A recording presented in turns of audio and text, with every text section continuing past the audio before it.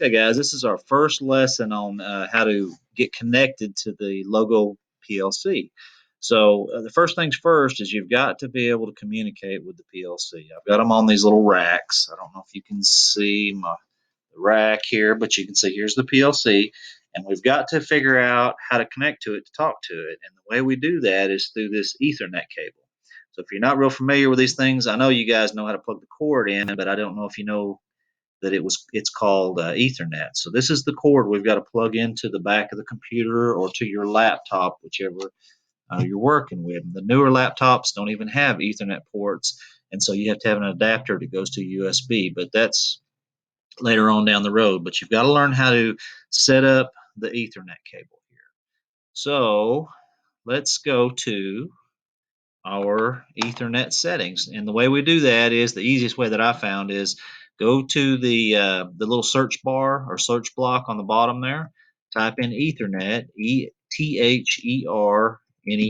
Ethernet, and then what'll pop up is this Ethernet settings box right here, and I click on it, and there'll be a little tool screen that shows up here, and then I've got to highlight Ethernet.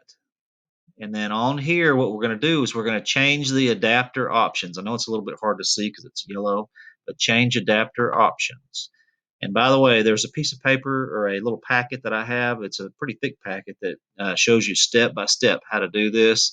And so if you're having trouble following this, you can get that packet and it'll help you out. All right, so we highlight Ethernet in the little block that comes up. And then we're going to use our right mouse click. So instead of using that left mouse button, we're going to use the right mouse button. And then this comes up where it says Properties. We click on Properties right here. And what comes up here is the way that this computer communicates through that little plug-in port. And what it uses is this Internet Protocol version 4, and that's just the way it talks to different things.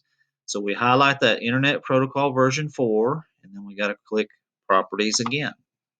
Now, this is where it shows you, it wants to know the IP address. And basically what that is, it's kind of like a phone number for your computer. It's the address that it talks to it at. Well, on regular internet, it obtains an IP address automatically, and every single time you boot that thing up, it has a different one. Well, it's kind of like if somebody was trying to get a hold of you on your phone number, but every time you turned your phone on, you had a different phone number. There's no way they could keep track of it. So what you've got to do is set up what they call a static IP address, and that just means that your phone number never changes. So what I'm going to do is click in this box, and I know this is new to a lot of you guys, but what we've got to type in here, and you got to start memorizing this stuff, is the IP address. It's 192.168.0, and then the very last number that you got to put in there, it can be anywhere from 1 to like 255, but we're just going to use 11. Now, as long as this computer has a different IP address as the PLC, you're in good shape. And the PLC, it's the same on these first few sets of numbers, but it's a 3 at the end. So we just want to make sure that our computer has something different than a 3. All right, this subnet mask is just the security level that it talks to the PLC at, and if it's really low security, then anybody can hack into it. But we're gonna kind of set it at a standard. So once we do that, we click OK, and now our computer has a specific IP address. That way, the PLC can talk to it. That's how we set that up. Now, I want you guys to practice this because it takes a while to get used to doing this. You've got to click on it 2 or 3 times, and go through the little process where you've got to click the properties box and everything. So make sure you go through this several times and practice and know how to change it over from a static IP address to surfing on the internet and back and forth to make sure you know how to do it.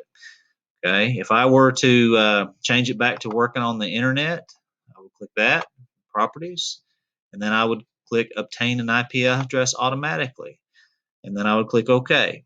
So practice going back and forth on this to get it fixed. I know you can do it because I know some of you guys are really efficient at finding ways to, I don't know, get around the system and all that. So practice this getting set up on the IP address. Once you're done setting it up, with the static IP address, then you'll be able to communicate